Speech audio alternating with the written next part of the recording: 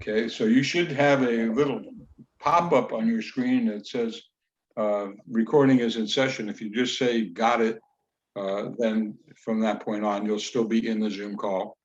And anything we say from this point forward will be recorded. That doesn't mean that we will save every element of this.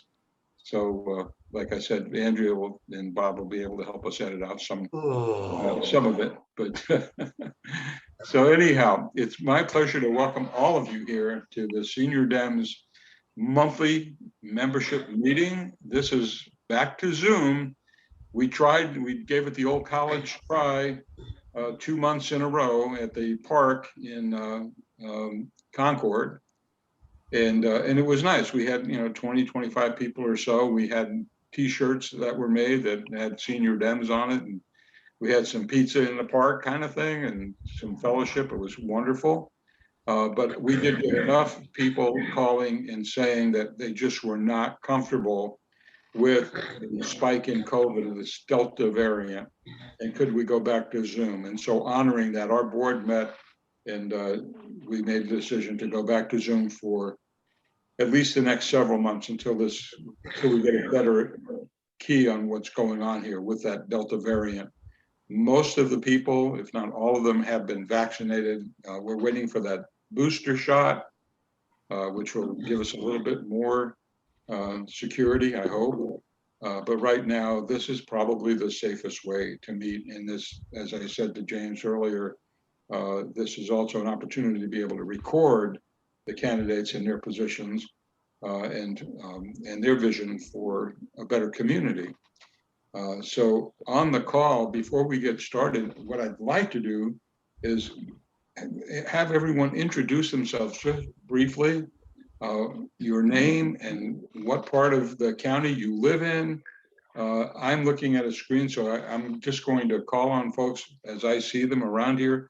And so, Michael, you're at the top of my screen. If you would just introduce yourself and your precinct, where you vote, and where you live. My name is Michael Hansen. I live near downtown Concord.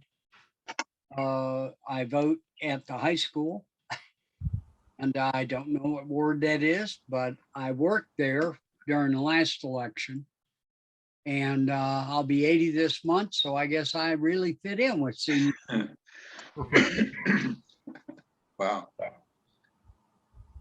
And yeah, hi, I'm Gail Hansen, Michael's wife, and we of course live together and vote in the same place.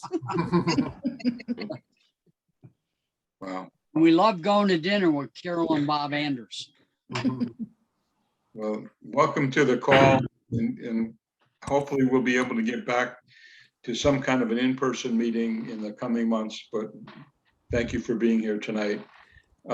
Wendy, you're the second person on my screen, my trusted board member and also vice chair of the county party.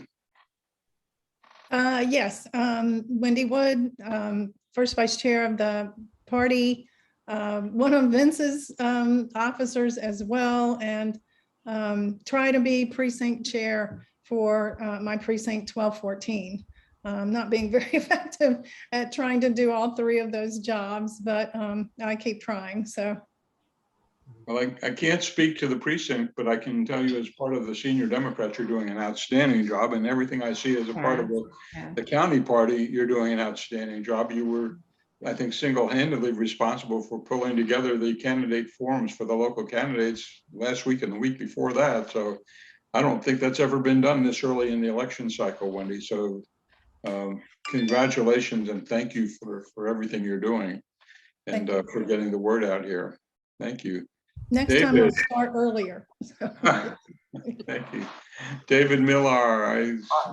Good evening. I'm Dave Millar, precinct chair for 12-04, who also vote at Concord High School. And I'm doing a lot of work in survey responding with the National Democratic Committee. So they've been, and I've been reaching out to a number of particularly I've been interested in the Senate races and doing, giving some, lending some support and good data feedback for some of the key senators. Awesome. Yeah. Dorsey Ward. We know that you live by the Yes. park. Say what? We know you live down by the park where we met last time around. Precinct 1205 with Carol and Bob. Bob, I've never seen your hair so short. Wait a minute, you on mute. Yeah. It's been a while. Dorsey, Yeah. he was gonna get it shaved because I'm gonna lose my hair once I start chemo. I said, you don't have to do that, but he got it cut really short, so. He did. I'm used to seeing him with that hippie haircut, and this is pretty short. I thought maybe he was thinking about joining the military or something. No, not yet. Yeah, Bob, good to be here. I like Michael's background. It looks like my bedroom back there. Yeah, actually, it's my workshop. Oh, good. Yeah, I repair Better. antique toys. That's what I do. for Oh. Neat, yeah. I remember that from the senior dem meeting that you came to. Yeah, it's always good to be here, Vince. I'm a regular at the senior dems, and hopefully we can get back together in person someday. Yeah, that's our goal, Dorsey. We're going to try as soon as we can, but like I said, we need to make sure that we get past this COVID thing. Got it. Yeah, well, Carol Anderson and Bob, you're on my screen next.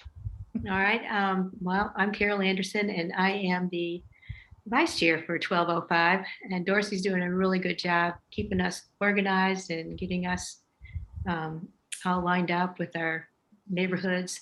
And then I'm also the secretary for the senior dem. Thank you. And guess what? This meeting will be easier for you to record because it's being recorded. All you need to do is transcribe the notes. Oh, okay. And Bob, we thank you for joining the senior dems. I know you're unaffiliated last time I looked, but you are certainly welcome and are a member of the senior dems. So Thank you, and it's a pleasure being here, and I am Carol's vice chair. wow. And Carol, when do you start the chemo? It's tomorrow morning at 8:30. Tomorrow morning. That's We gonna are be the all first. Yeah, I had this rash develop. We weren't sure whether I was going to start tomorrow or not, but I saw a dermatologist today and she seemed to think, go ahead, you'll be fine. So okay. Well, we are all going to be praying for you. Thinking about you. Yeah. thank you. Yeah. Sophia, Good evening, everyone. Hi, I'm Sophia. Sophia Wikerson, and my precinct is up here in Kannapolis, 0403, and I am active in my precinct. Can't hold an office now by being a member of the Board of Elections Yeah. for Cabarrus County, but I have been active with the party as a former treasurer, with the women as secretary, and with the Democratic senior as their treasurer. And I miss doing all of those things. So maybe this won't last forever and I can come back and be more active with the party and with my precinct. I have served as precinct chair and secretary treasurer for some times. So I'm just glad to be here. Just got off I left another meeting to come to this one. This is my third meeting for today. And the Board of Elections, the board met this afternoon at 5, and we are already receiving absentee ballots from military and civilians. They're beginning to come in, and we'll meet again next Tuesday, the 19th at 5 o'clock, and at the Board of Elections in the boardroom to go through more absentee ballots and approve them. So that speaks well. That's a good trend, Sophia.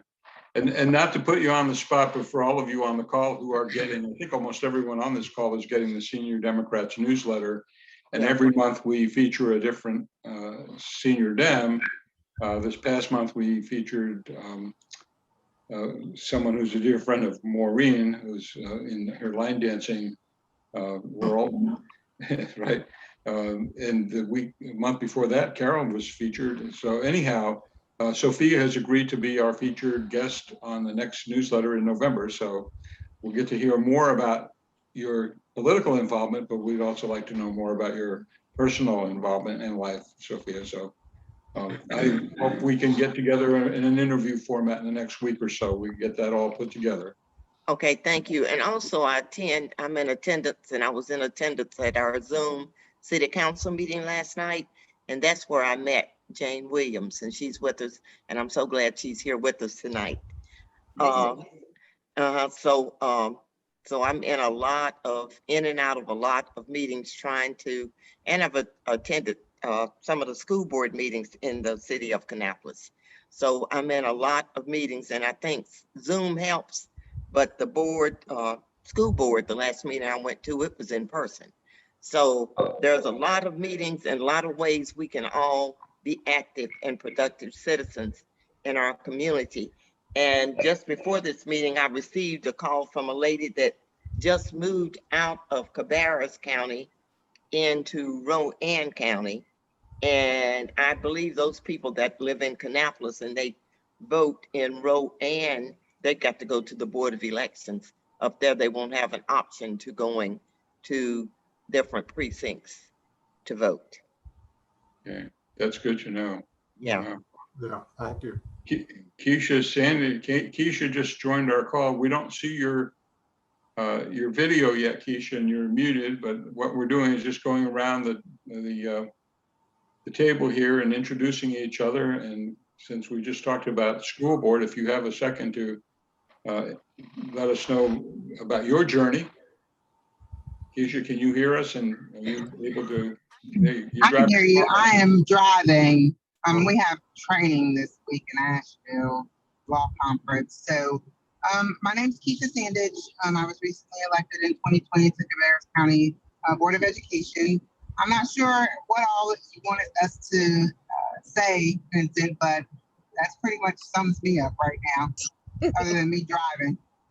Well, if you are able to, during the drive and sometime during the call, share a little bit about what it was like to run and now that you're holding office, what it's like to feel some of the stuff that's coming your way in the political arena.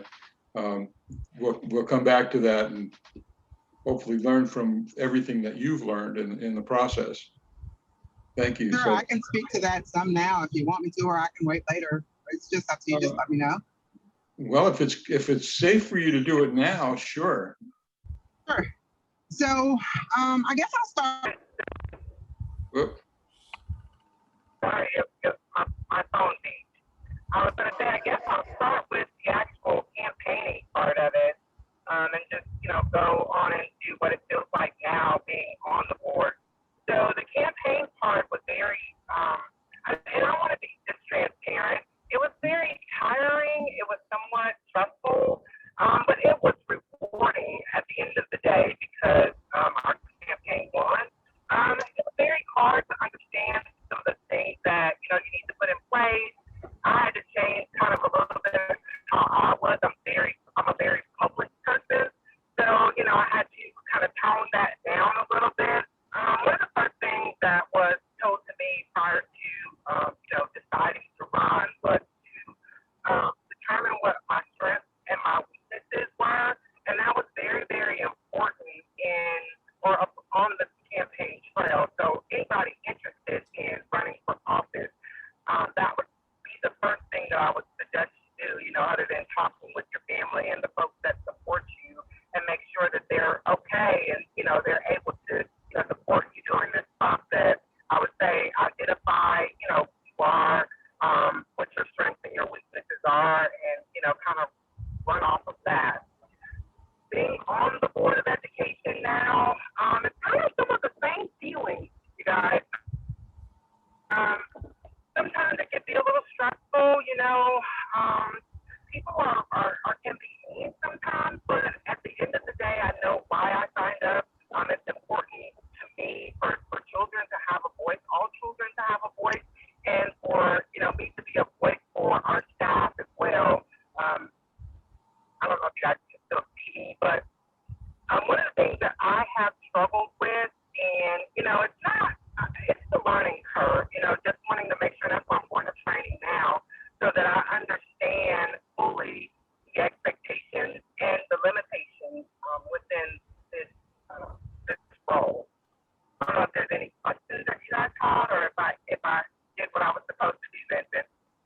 Keshia, you hit the main points here, right? So it's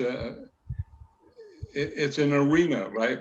You're in that arena, and now you're fielding real life questions and real life issues. Certainly with the COVID restrictions and the discussion around COVID as it affects teachers, faculty, staff, and students. We're supporting you as best we can to, whatever we can do to help you with the cost to make sure that the school district is doing the right thing by all of the students, the teachers, the faculty, the staff. So thank you, Keshia, for all you're doing. We appreciate it. Judith, Ms. Hagler, how are you this evening? Oh, you're on mute. Can you unmute yourself? Yeah, Thank you. yeah. I was trying. There you go. I'm fine. Mitchell is, I've got a meeting at church tonight, so he cannot join us, but we're glad to be here. I'm glad to be here. We'll have it recorded for him, so you'll be able to share it after the session. We'll take about 24 hours to get the recording trimmed down and get it out to you. So thank you. Okay. Yeah. Vanessa, we can't see you, but I see your name up there and you are muted. Are you able to share your video or at least say hello and let people know where you're from and whatnot? I was trying to share the video, but I can't seem to do it. But can you hear me? Yes, we can. Oh, yes. Okay. Well, I'm in precinct 03-00 in Cabarrus County. And I'm really new to all of this. I'm just really excited to be here to hear how active you all are. That's my goal. I want to be as active as you in some of these areas. So I'm really excited to hear what you have to say. So thanks for this opportunity, Vincent. Thank you for being here, Vanessa. We'll be turning this over to the candidates in just a little bit. So you'll be able to find out exactly where they need help and how you might be able to help them in their effort to get elected. Okay. Maureen, I know you're in the other room downstairs. Yes. Hi, I'm Maureen Vezza, and I'm Vice Chair of Precinct 800 here in Mount Pleasant. We vote at Mount Pleasant High School. If we vote on election day, we usually do early voting and vote, in Concord over there. And oh, I'm married to him, Vincent. Yeah, there you go. I like that. And I get to go with her to line dancing at the senior center on Tuesday morning.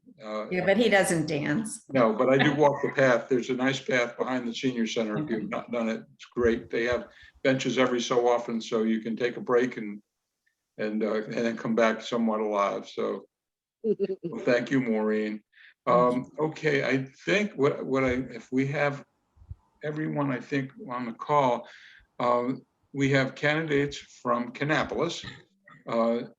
Dr. Litaker, if we could start with you, James, and introduce yourself. And I know you sent a beautiful biography, and we certainly want to get some of that information out. But how can we help you? There's several people on this call, as you know now, who are from Kannapolis and will be voting in your jurisdiction. And there's others who can help you. Tell us what you're trying to get done and how we can help you get elected. I appreciate you inviting me here this evening. I'm a resident of the area. I grew up around Wyckoff School, graduated from Northwest High School. Then for my undergraduate work, I was at Catawba College in Salisbury, and then I was in Iowa for 5 years for chiropractic school and residency. And when I left here, I never wanted to come back, but once I got away, I couldn't wait to get back. So at that point, I started my chiropractic practice here in 1978. And I've been in Kannapolis the whole time. So 43 years later, I'm still here. Have enjoyed every minute of it. I'm not a person that has a lot of hobbies. I don't hunt, fish, play golf. My hobbies have been involvement in the community. I have been on Planning and Zoning Board for Cabarrus County, Kannapolis, Board of Absolute for 15 years. I have been on the boards for the YMCA from West Cabarrus, Cannon, Kannapolis, and also the corporate board, and which at this time I am the vice chair for the Kannapolis board and working there. I have been a master mason for a 32nd degree for 32 years. And at this time, I'm the chaplain of the Cannon Masonic Lodge. I've always put programs together to help the city of Kannapolis, and this has been going on a long time. This past Wednesday, I had I put on the Corey LaJoy kickball tournament in downtown Kannapolis at our baseball stadium.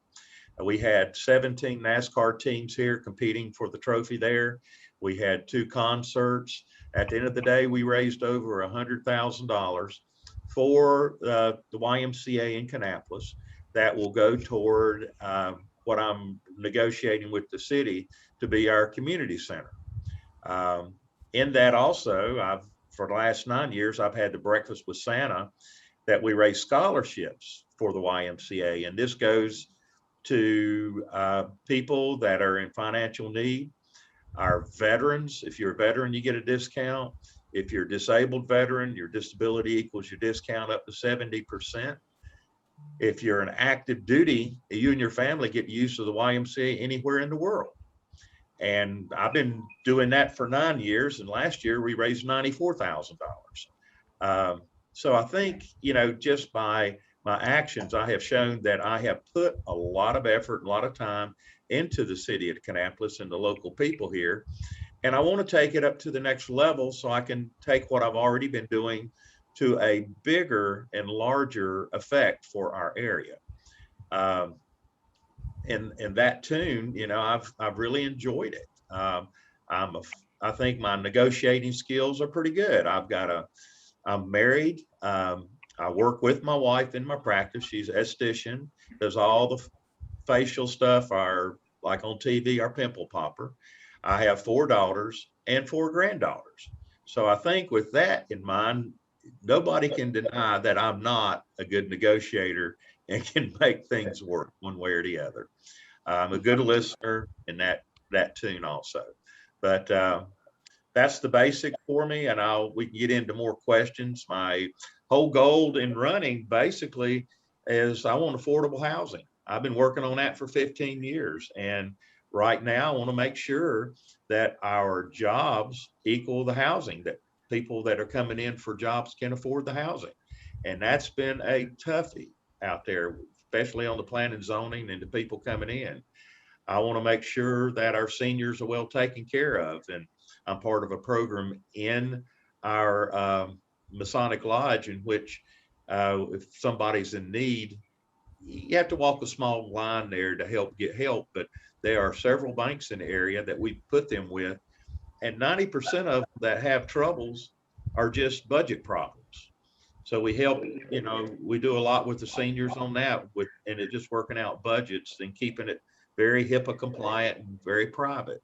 So controlled growth is another big issue. And I've been dealing with water sewer issues, and everybody thinks when they ride by the reservoir out there that we own that water. We do not.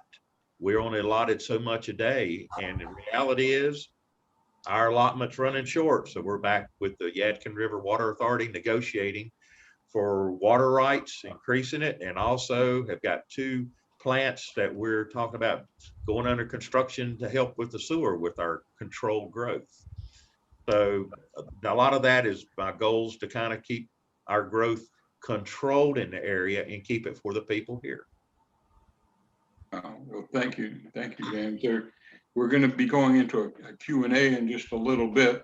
And I want to remind everyone on the call, especially the folks from Kannapolis, that there are 3 seats that are open in the race, and there just happen to be 3 Democrats that are running, James and Jayne Williams and Jean Dixon, all 3 of whom have been on a previous call and are hopefully going to be on this call. So yes, we will come back, but before I turn it over to Jayne and Jean, we just had another person join us on the call, Cindy, and I know Cindy Fermar, we're on the school board, and I know you have a meeting going on are you able to just share a little bit about what you're trying to get done in your initiatives? And I forget the meeting, you were going to a Rotary meeting, was it? Oh, today, yeah, I just came back from my Rotary Club meeting, yes. Okay. But Cindy, you're having, is it a food drive that you're trying to accomplish? We don't have anything going on right now. We will be doing a food drive the last week of October, but that's just really within the members. We aren't, doing a drive through or anything for that. Okay. But I'll say there's just from the standpoint of needs in our community, there's always opportunities. So one of the things some people may have seen on Facebook is the Guardian Ad Litem program. There is a session coming up to gather information, and that is basically advocating for children in situations where they've been removed from their homes. It could be any number of reasons they've been removed, but they're in foster care or in care with another family member. And then later this month, or not this month, I guess really at the end of November, the Rotary Club will be doing collecting items for toiletry kits for the Salvation Army. So the Salvation Army Christmas tree is actually underway now. I'll be taking applications for requests to be included in the Christmas tree tomorrow at the Salvation Army headquarters. So there's a lot of opportunities out there for anyone who wants to get involved, just participate. Rotary is just kind of my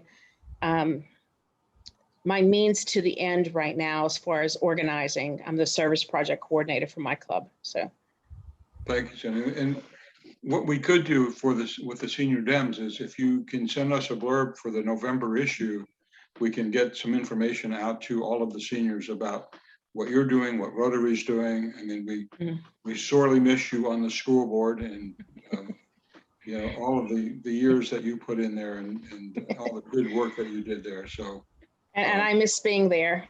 Last night I was having a Robert's Rules of Order fit watching the meeting. Oh, okay. Well, thank you, Cindy. Thank you. Before we go on to, I noticed Marcia McClellan is on the call. Marcia, we don't see your video, but I know your audio is on. Our first Vice President for the Senior Dems, can you just say hello and where you vote? What you're trying to get done, if you're available, Marcia? If not, silence means that she's probably stepped away. Okay, we'll get you later, Marcia.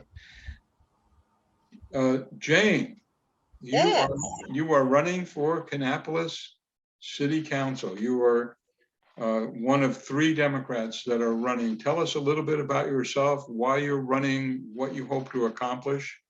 And if we can get Jean Dixon on the call in a little bit, if she's able to join us, we'll go into a Q&A.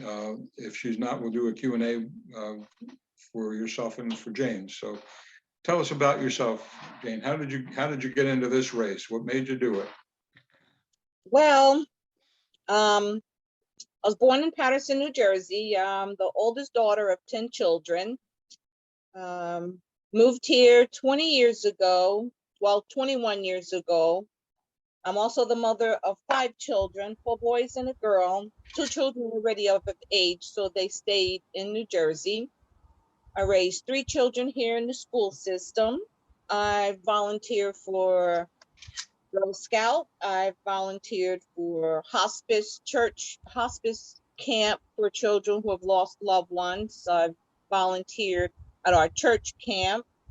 I volunteer now for Meals on Wheels. I do volunteering at the food bank on Saturdays. I was a hospice nursing assistant for 30 years. So when I decided that I just didn't want to do it anymore, I looked around in the neighborhood that I've lived in and seen our neighborhood falling and dropping behind and feeling like we have been forgotten.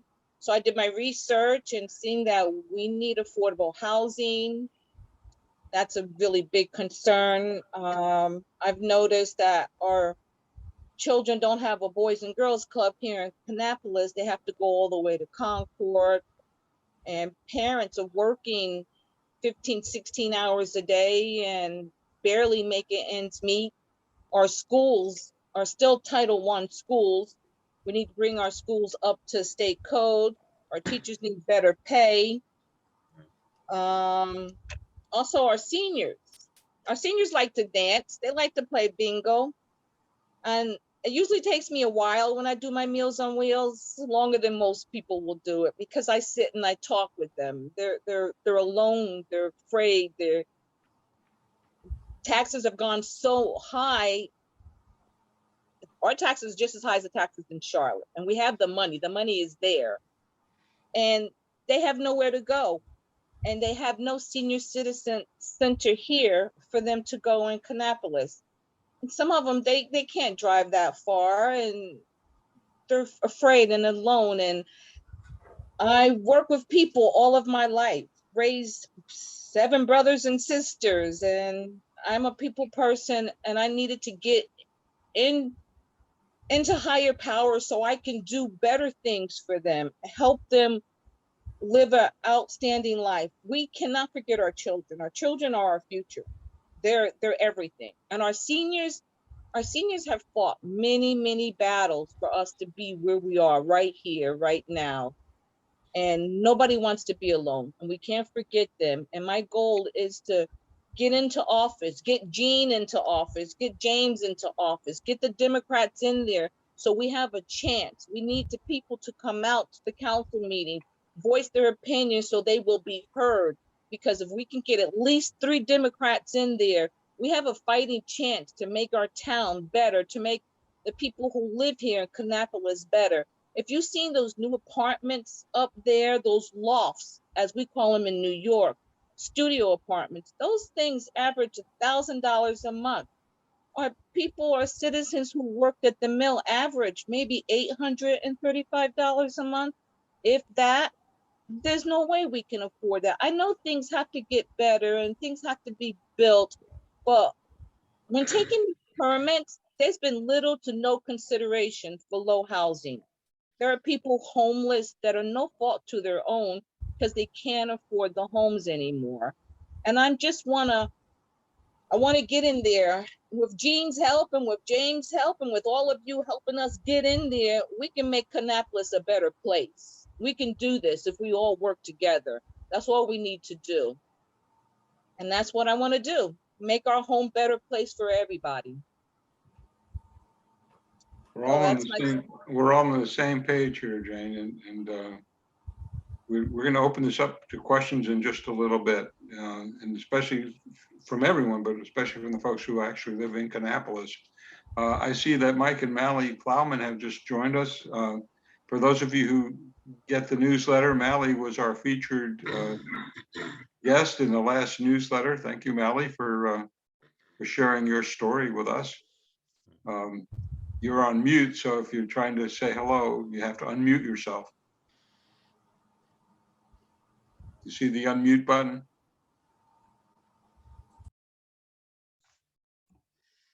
No, not to worry.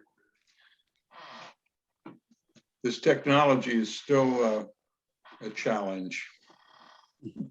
I enjoyed reading the story about Mally. It was a good story. Thanks for getting that in there, Vince. Well, Mally is an inspiration to so many. I don't know if you've seen her in the senior games, but she's part of the Broadway Babes and has been on stage performing and is just an inspiration. And Mally, I'm bragging on you, but I can't tell your story nearly as well as you told it in that newsletter. So if you figured out how to unmute yourself and you want to say, hey, unmute yourself. And if not, we understand. All right. Okay, so that's not going to work. I'd like to open it up to questions to James,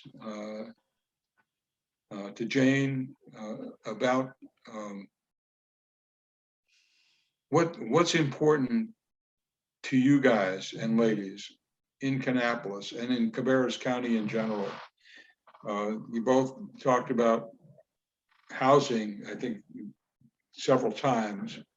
And I know that in a previous conversation, you talked about senior facilities similar to what we have here in Concord and recently here in Mount Pleasant, have a place for the seniors to go where they can enjoy the senior games and they can enjoy recreation and they can have a walk in the park and on the trail.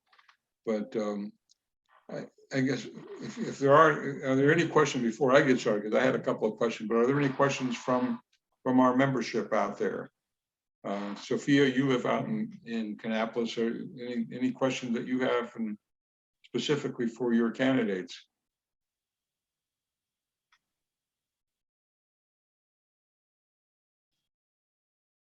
Everyone gets shy when it's question time, right?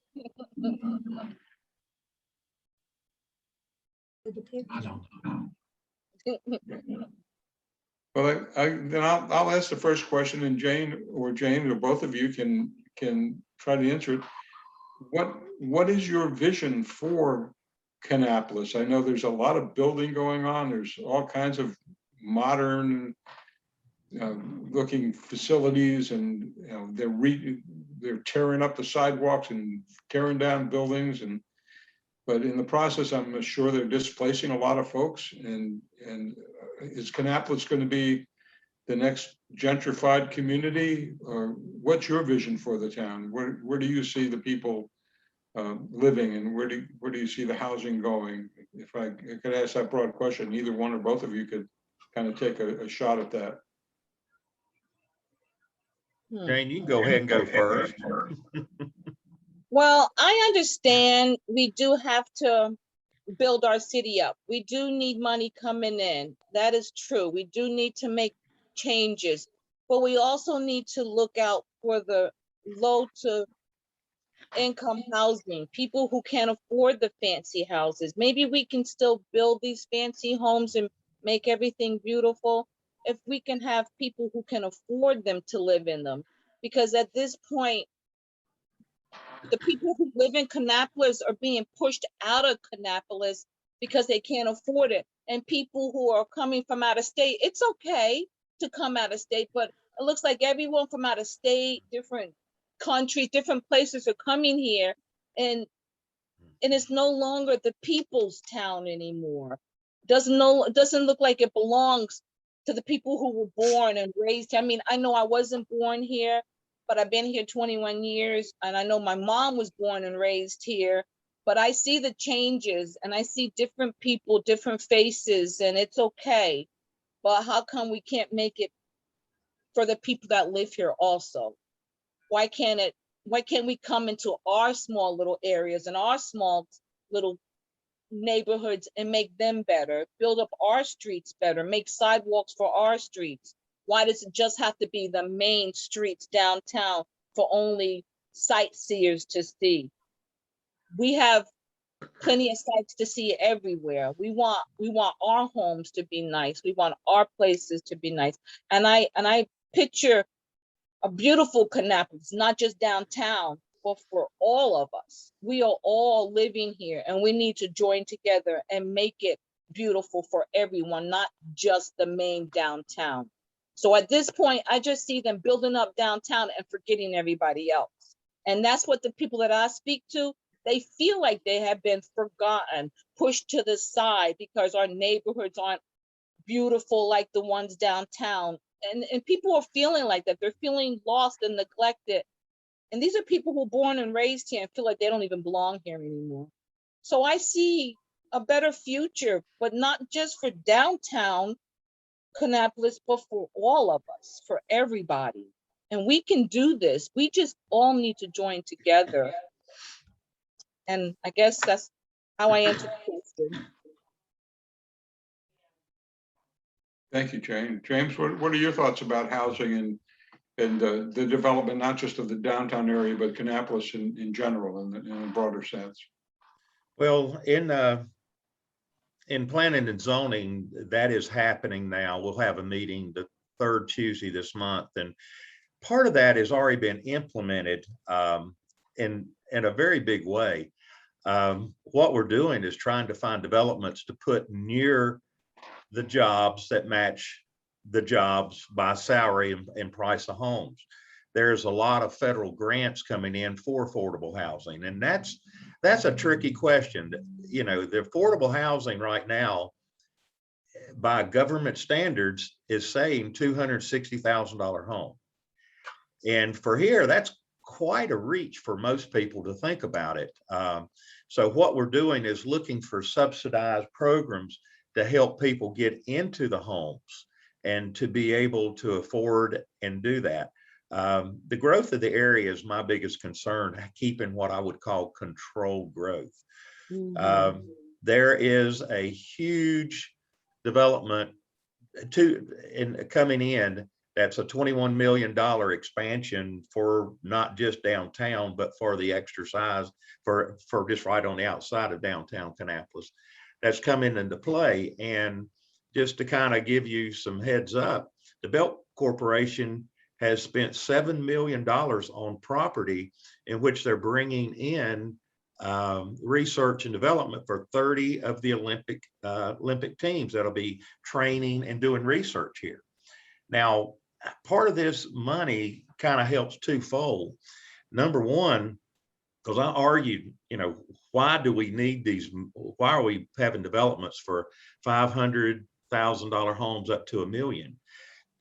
Well, this is the way I can explain it, that we have to have those. People are moving in. Last month in Cabarrus County, there were 25 homes sold for over $1 million and 60 homes sold for 400,000 to $1 million. Now, our water and sewer is running out on what we've been allotted and what we've been allowed to get. But these $500,000, $1 million homes, the amount of water and sewer they use has to do with this rated by bedrooms. Well, most of these $500,000 homes into $1 million are like 4-bedroom homes. The ones that's under there are 2 or 3. Now, the taxes on a $500,000 home to $1 million is a whole lot more with the same usage of our natural resources as what a $250,000 or $300,000 home is. Now, that money is helping us subsidize to expand our waste treatment plant to 2 other locations, which will triple the amount of waste treatment in the water supply. So we've got to have the larger to pay for that and pay for, because you get an apartment complex and all of them are 2, 3 bedrooms.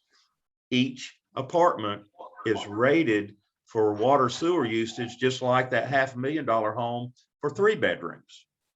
But the tax is not proportional there. So we are working that, and they are grants for the subsidized housing coming in.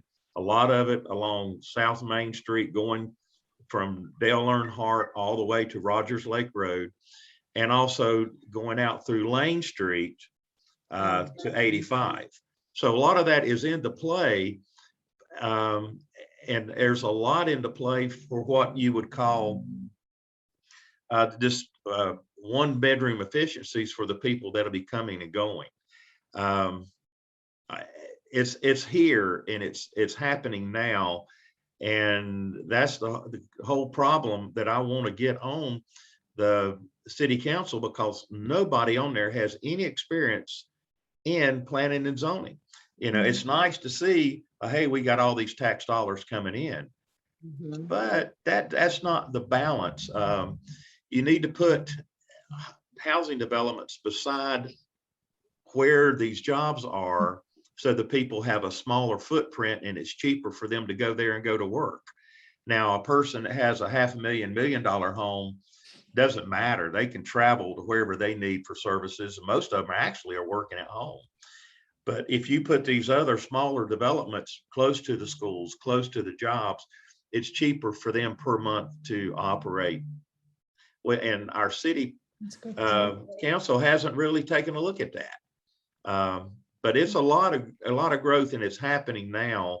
That is in the works. That is really good for the city of Kannapolis. And you know, the problem that also that people don't understand, is the federal government is promoting this. We are the first city in the United States to take a town that was actually done and gone, buried and revitalized. So the city government comes in and they're giving this money to be revitalized. Like downtown Kannapolis, the city put in 5 million and got 17 million, and all private money. This new one, they're putting in 2 or 3 million and getting 21. So the investment is doing real good, but the trouble that people are fighting part of this growth. If we don't take the money, somebody else will. So why should we turn it down and continue with controlled growth as long and as far as we can? It's here. But I tell you, our biggest problem right now is natural resources, our water, our sewer, our recycling, keeping the land, especially like farmland and our greenways, keeping the air pollution down under control.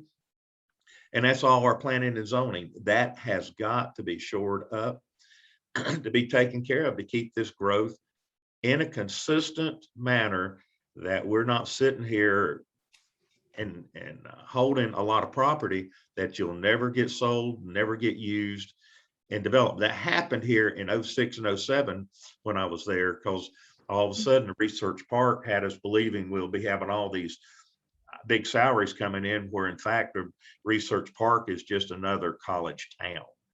So I don't think anybody really stopped to research it as much as they were listening to a sales pitch. And that's the big thing we cannot do on city council, is listen to a sales pitch.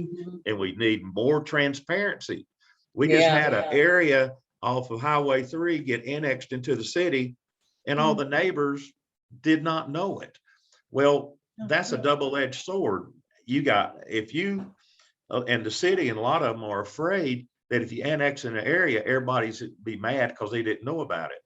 What we found on planning and zoning, most of the people that live around it, half of them want to be included so they can get water, sewer, and get the amenities of the city. The other half don't.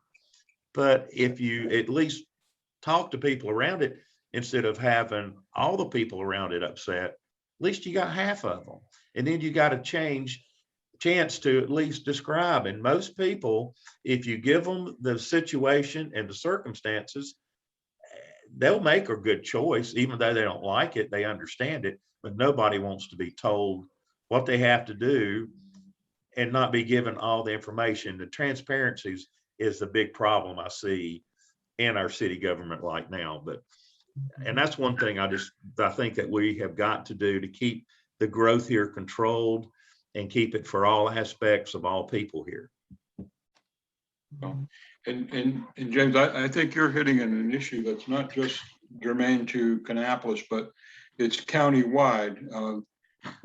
Diamond Staton-Williams just joined our call. I don't see her yet. I know she's on the call. She's running for town council in Harrisburg. She's actually incumbent. She's currently in the job, and I'm hoping that you'll be able to hear her in a second. Did she just? Oh, there you are, Diamond. Okay, Diamond. Some of the issues that James just articulated and Jayne did just a little bit ago, I hear the same things when I hear you talking, and when I hear Jeff Phillips talking about Harrisburg, the big downtown getting a lot of attention, the other parts of the town not so much so. Can you share your experience since you are sitting on the council right now, and what it looks like from that perspective, and what you want to see done that has not yet been done in Harrisburg? Yeah, absolutely. Sorry if there's a little feedback, so let me know if I need to turn my volume down or anything. I think one of the biggest things that we see here in Harrisburg is a lack of, or not much focus on economic development. Our town has not been the best at bringing in development. Had struggles with our landowners and just the ability to obtain funding to build out our town. So we have a little different challenge than what Concord does. Concord being nestled in between Concord and Charlotte, we are bound to grow, right? How we grow really depends on the town council and us having a vision. And most often you'll hear us say that we don't have a vision. I think one of the things that we have built our bread on is being a bedroom community to both Charlotte and Concord. But is that faring us, right? We know there's only so much residential growth that any town can have and really put a burden on our school systems, on our roads, and just our pure infrastructure. So not just the toilets, but the roads. So we have to focus on those bigger issues. So it's time for us to really get out of and really focus on that economic development, to bring in different businesses, different organizations that can help support us financially, because everything that we do in city council, town councils, and county is dependent upon tax money. We as Harrisburg have a very low tax rate. So you'll hear us talk about that most often, is that we want to keep our tax rates low. So where our tax rate is lower than Mount Pleasant, Midland, Concord, people choose to be here because they want to make sure that they're getting quality services and for a cheaper rate. And the only way we're going to be able to keep that tax rate low is, of course, to build out. Harrisburg, I think many of you have been through here and know that this has been primarily farmland. So people are getting older. They don't want to farm their land. They want to go ahead and sell that off and make sure that they are doing well in retirement for themselves. But we as town council, our responsibility is to make sure that any development that comes to our area is what we would like as a town, that it fits our UDO, our Unified Development Ordinances, and has a complete vision for us. And of course, we want to bring in that commercial development to offset some of that residential growth and burden for the town. All of this, by developing and bringing different things in, helps us with our infrastructure. That's less money that we have to spend as a town to help fix the roads, help fix our infrastructure. Again, flushing toilets. I always go back to flushing toilets because that's going to be important in the next couple of years, especially when we talk about capacity for wastewater systems. And then looking at exactly how we're helping to support our neighbors. So Harrisburg is built off a lot of small business owners. These are my neighbors. If we're not doing a good job of frequenting them to help build up their business and to help them grow, how well are we really helping our neighbors, right? So we have to think of different things to really help support our neighbors and their businesses. We embarking on a Highway 49 beautification plan. And if you guys have been down Highway 49, it just looks like a hodgepodge of different things. It doesn't look like a succinct city or a succinct town. And by doing this beautification plan, putting flowers and trees in the middle of the road, it's going to help us slow down traffic, which is important. And when you slow down traffic, you get more opportunity to see what's around you, right? You see the small businesses, and you'll be able to frequent Sunflower Bakery. You'll be able to frequent Frozen Cups if you've ever been there. Any kind of dress shops that we have here. So that is going to be important for us to really build on that and build that opportunity for us. In the next 2 years, we are slated to get a train station. So one of my biggest focuses is to make sure that, again, we focus on our town center and building that out. When you get off the train now, if that train station was to come here now and be built for next year, what would you be able to do here in Harrisburg besides go to Chick-fil-A, right? We have to have more than Chick-fil-A to support our town. We want people to spend their monies here and for them to leave their tax dollars here, whatever that may be, however that looks. We need to really focus on that. So bringing innovation to our area, industry to our area is going to be important for us. And one of the biggest things that we really need to focus on, especially in Harrisburg, is our youth development. In 2018, I created our first youth council. And I think it all goes back to systemic or not systemic, but how we look at our succession planning, looking at how the kids are going to be able to come back to. They even have a strong connection. I know for me, my kids, they didn't want to stay here in Harrisburg. They had to come back because of COVID. They would have not come back to Harrisburg. But being able to show the worth to children so they understand exactly what community looks like, how they can be involved in community, and what that feels like for them, because their perspective is what we need to drive innovation. We can't, always be the people in the forefront. We have to make way for our children to be able to bring us those ideas and expound on them. Let them lead us. We need to be following them because they are the future, and it's going to be important for all of us, right? Yeah. So that's us in here. Yeah, just really trying to circle the wagons and bring everybody in to focus on what's best for us all. Thank you, Diamond. And now that that cat's out of the bag, so we'll have 2 train stations in Cabarrus County. Yeah. So, and I'm pretty sure that the folks in Kannapolis are leveraging the train station up there, not just for the Amtrak, but for the trains that run back and forth to Raleigh. So you're right, having a destination around the train station, that would be so awesome. Makes me wonder why Concord doesn't have one. We'll have to ask Betty Stocks that next time. But so they don't. What's that? They don't need it. We do. Wow, that's fun. Oh, let's see, Miss Deep was joining us. Okay.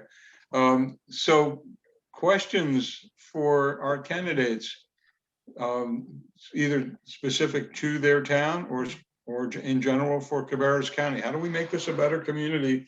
And how do seniors help you guys get elected? What do you need from us? If we're not able to vote for you because we don't live right where you are, what else can we do to help you get elected?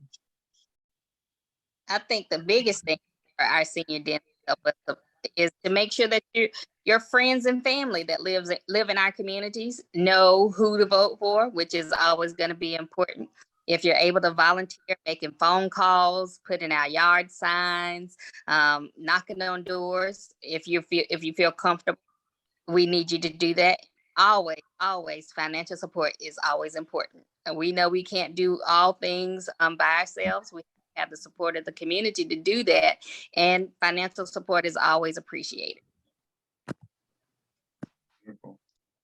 And Diamond, to that point, on Harrisburg, you are running for re-election. Jeff Phillips is running. Is there any other Democrat that we need to let people know about, or is everyone else unaffiliated or not? Yeah, so our mayor, Keshia, is unaffiliated but leans democratically. So of course we would love to have the mayor back to help support us and support the growth that we're experiencing here in Harrisburg. And of course, I'm partial to myself, but we have candidates out here. So I'll put it there. Yeah, and I know Jeff, who's not on the call, was with our meeting last time when we met in the park, and was, I guess, on the town council a couple of cycles ago, and ran for county commissioner, and now is going back to his roots and his heart, which is in Harrisburg. And as I said earlier on this call, there's 3 candidates that identify with Democratic progressive views, and that's Jayne Dixon and Jayne Williams and James Litaker. And we thank you all for being on the call and sharing. And as far as Concord is concerned, my understanding is that there's only one contested seat, and that is being contested, and it's Betty Stocks who's having a formidable challenge there. So she couldn't be on this call, but I hope that for those of you who live in Concord, you'll find a way to support Betty. She was at our last meeting in the park, Beats in the Park meeting, and hopefully she'll be able to to join another one of these Zoom calls, but whatever you can do to help her out. Ms. Sarah Diebler, I see you joined the call. Hey, Sarah, is Leroy still playing cards with his buddies? Okay. Well, you're being muted, so we can't hear you, Sarah, but there you go. You have to hit that button, right? Yes, he's still playing bridge and I had a little trouble getting on tonight, so I apologize for coming in late. No, we're glad to have you here. We are recording this, Sarah, so we'll have elements of this Okay. available, so you can share it with Leroy and we can share it out to the. Yes, I'll do that. Yeah, we'll get that word out. And Diamond, you missed what I had said earlier, that Andy and Bob Strasser have agreed to take parts of the video, especially those parts where you actually are sharing your vision, and be able to provide some snippets that you can use, repurpose, attach to an email, get in your social media, and so forth. So I appreciate it. Yeah, well, they're awesome, and I'm bragging on Andrea and on Bob Strasser. They did that in the last election cycle, to pretty good effect. I think all of the candidates were able to use those recorded segments. Shameless plug, by the way, for the Senior Democrats statewide. Every Thursday at 7 o'clock for the next several weeks, we will be hosting candidates for United States Senate. So if you haven't already registered, please go back and look at your October newsletter or your September newsletter. There's a button there to register for that event. It's through Mobilize. And we have some outstanding candidates at the US Senate level. We obviously, as you can see, have outstanding candidates right here at a local level. So we can do this, guys. We can't just let Joe Biden swing in the wing all by himself. You know, at our meeting last month, Martin Erickson was a speaker on the Board of Elections, and he made what I thought was a very, very profound statement, and that is that of all of the elections, the ones that most impact our daily lives are the local elections. Your city council, your town council, your county commissioner. These are the folks that impact the housing, the education, your school board members. These are the folks that touch our lives every single day. That said, we cannot ignore what's going on in the United States Congress and the United States Senate, because if we don't give the support to Joe Biden that he needs, a lot of the things that we rely on for federal assistance and so forth, that goes away. So we got to keep our foot on the gas, seniors. You know, you've seen these election cycles, and you know what can happen if you get complacent. This is not the time for complacency. So at every level, from school board to county commissioner to councilman, councilwoman, zoning, you name it, we have to be standing to our values, our progressive values. People deserve good, affordable housing, good, affordable healthcare, good, affordable education. The list goes on. There's a huge difference between the Democratic Party and the other party. And the unaffiliated voters out there are figuring this out. So my hat's off to them, but we still have a lot of work to do. So I'm mindful of the clock, because we had said that we'd like to go from 6:30 to 8 o'clock. I'd like to just leave with closing comments if there are any. I see Wendy, you have your hand up. The floor is yours. Go ahead. I think Betty couldn't be here tonight. She just came in my kitchen by way of this postcard that arrived in my mail today that I'm holding up in a very untechnologically savvy way. Betty Stocks, I love these bullets. Born and raised in Concord, retired deputy chief of police, lots of local government experience, master's in public administration, civic and community experience. She is the only Concord candidate that has a challenger. The Concord votes people in for districts. But everybody across the city of Concord votes for all the candidates. So it doesn't really make a whole lot of sense. But Betty's the only one who has a challenger for the 3rd district, which is the district she's voting for. And that candidate, that challenger is a Republican. So, and when all of you guys go to the polls and you get your ballot, it's not gonna have party affiliation under James's name or Jane's name or Diamond's name or Betty's name. It's just gonna have their name.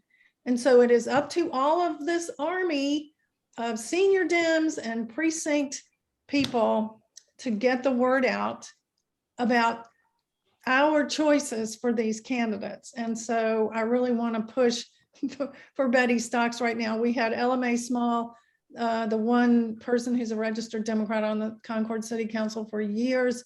She has retired. She did great service for us for all of those years. And Betty Stocks is an excellent replacement for her. And so it's up to us to get her name out there. So just want to get that commercial in there before we go. No, thank you, Wendy. And Wendy, you're heading up as the first vice chair of the county party. You head up the efforts at the precinct level. Is that correct? Yes, I'll be sending out some emails, unfortunately for all of you that are part of the precinct teams tomorrow on, getting signs out for folks, doing some door knocking, phone calls. We have to alert our people. One thing that Terry Werners, if he wasn't in Belgium visiting his mother, which I think is very wonderful, would tell you is the municipal elections are much smaller. The voter turnout is much smaller. And therefore, if we turn our voters out, we can have a much greater impact. But it is up to us because our voters, the Democrats, are notoriously guilty for sleeping through these smaller and off-year elections. We'll be dealing with the same thing in the midterms. And if we don't get out there and do this, we're going to be in a heap of trouble. So. Yeah. Well, to that point, Marcia McClellan just left something in the chat. It says basically take a buddy with you to vote, because these are tight elections and small numbers of people are going to determine who wins.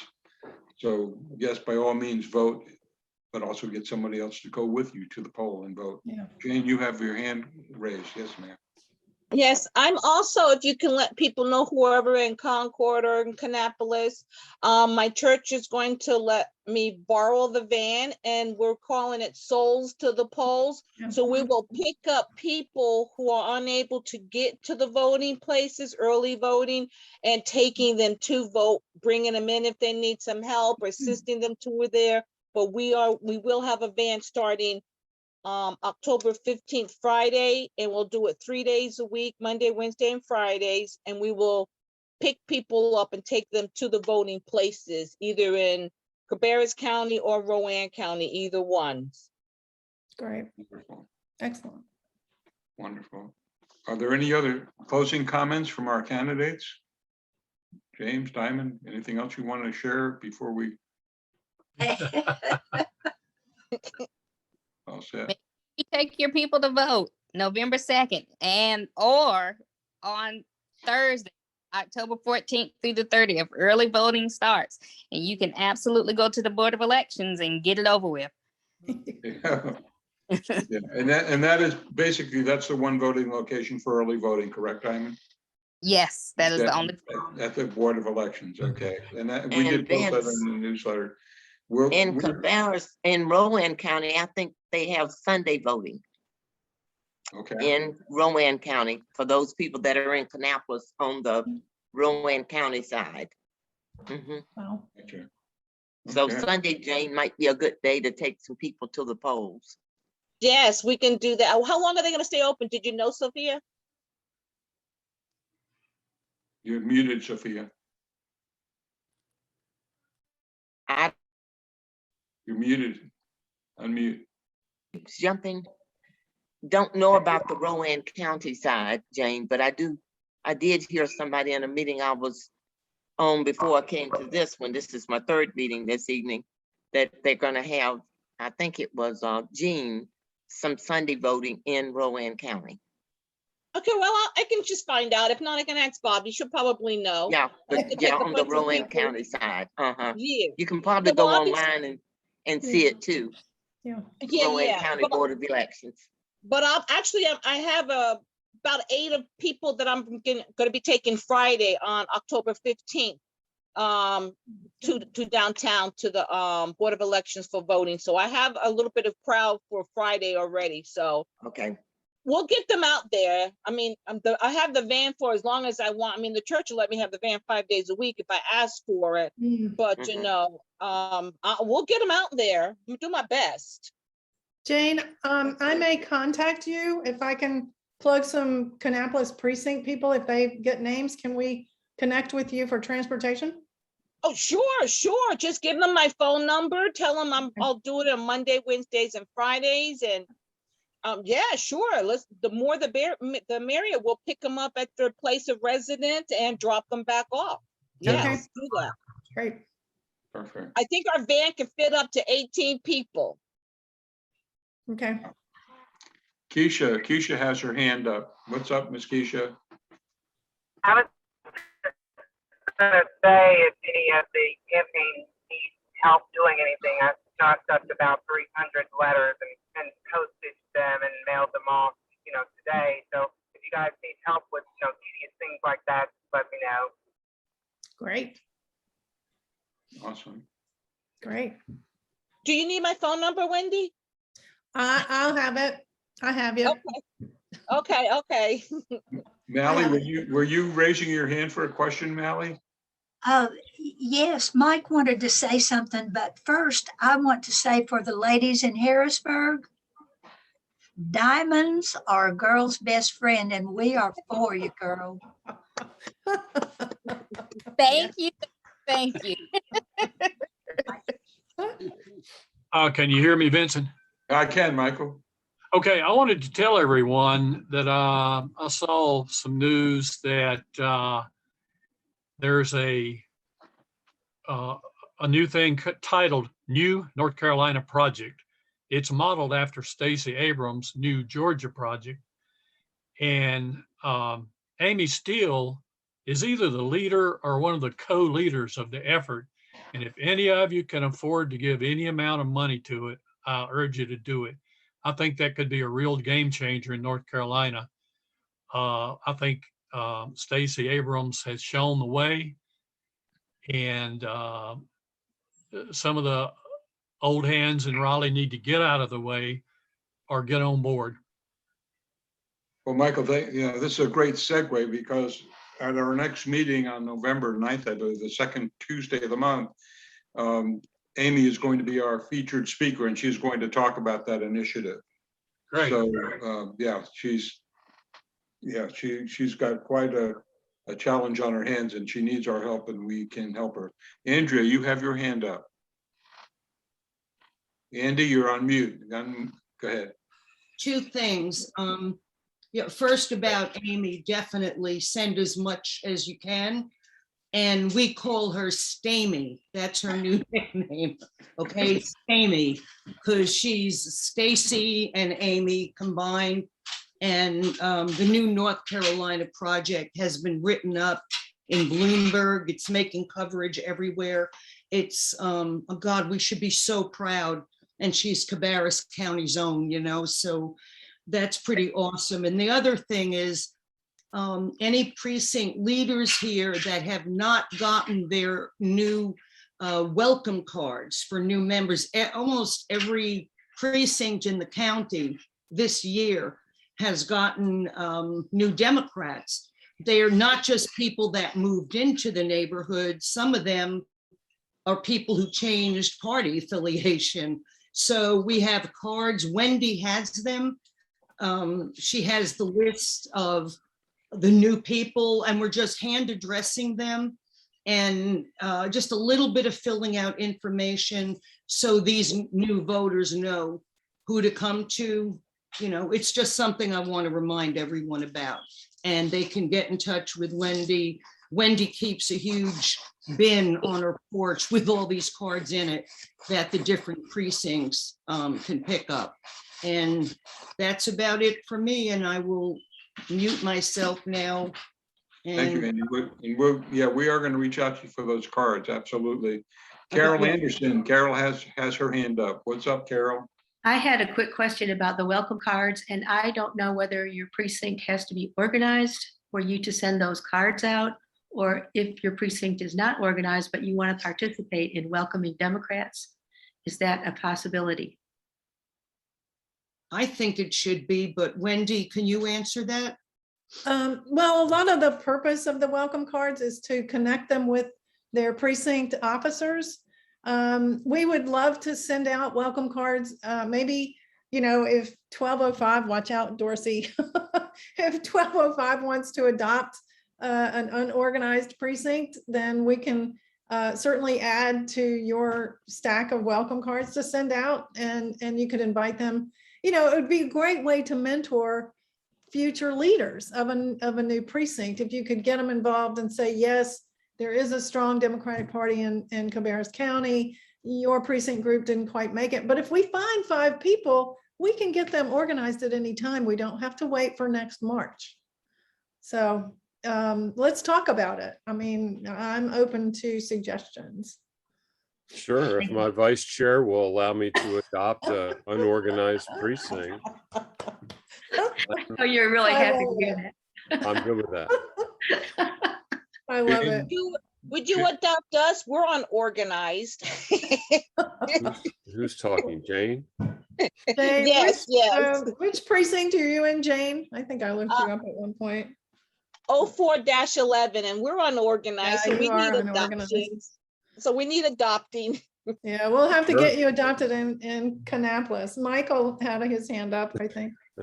Yes. What's an unorganized as Precinct? organized? Every year, when the county party officers and precincts are organized on a 2-year cycle. And so this year it was 2021, and we will go out in 2023 after the midterm elections in April. And what's required by the North Carolina Democratic Party in the counties across the state is that we have at least 5 registered Democrats who can get themselves together. And of course, the county party people and a lot of volunteers, we get on the phones with vote builder list of Democrats. We have all this information about all of the Democrats in the county. We get on the phone and we call them and we ask them if they would be interested in being, participating in in active county party politics. And it sounds like it should be easy to just get 5 registered Democrats who are willing to meet to say, yes, we're willing to do this. And they have to elect officers, and they have to, send in their meeting report with who the officers are and who the members are. And then that creates an organized precinct. There are 39 precincts across Cabarrus County. Only 25 of them are officially organized. And I think we're about ready to add maybe 2 or 3 more. All I have to do is meet with them and get them to elect officers. So, and then Marcus Singleton, our chair, has to send some paperwork to the state party, and they'll become an officially organized precincts. And then we are voting members, the precinct chair and vice chairs of every organized precinct are voting members of the county executive committee. So, they get to play a role in what's going on that way. But mostly our job is grassroots. We're the door knockers. We're the phone callers. We're the ones out there putting signs out, and trying to recruit more active Democrats in to grow our strength as a Democratic Party in Cabarrus County. Wendy, you're doing a heck of a good job. And I want to thank. I'm trying. uh, Thank you. I want to thank everyone for being on this call. This hour and a half goes too fast. And we don't even have pizza tonight, and we don't have any, you know, this is just pure good conversation, right? So I thank all of you for taking the time to be here tonight.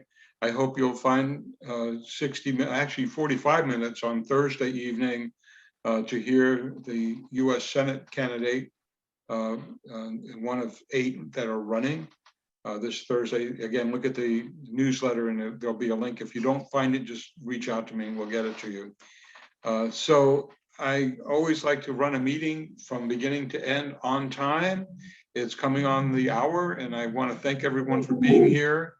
Thank you, everyone. And let's keep on fighting. Let's get you guys elected so we can have a nice praise report on the next meeting.